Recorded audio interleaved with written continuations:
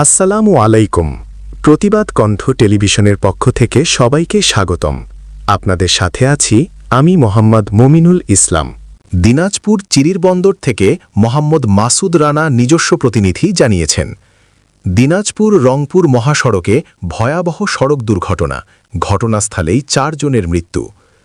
দিনাজপুর রংপুর মহাসড়কে চিরির বন্দর উপজেলার নতুন ভুসিবন্দর এলাকায় ভয়াবহ সড়ক দুর্ঘটনা ঘটেছে।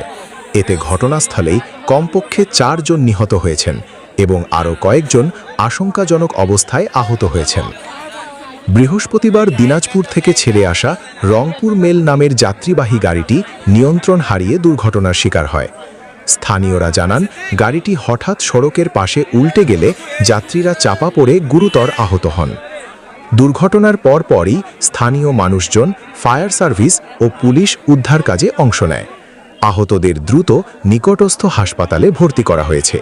নিহতদের পরিচয় এখনও নিশ্চিত করা যায়নি।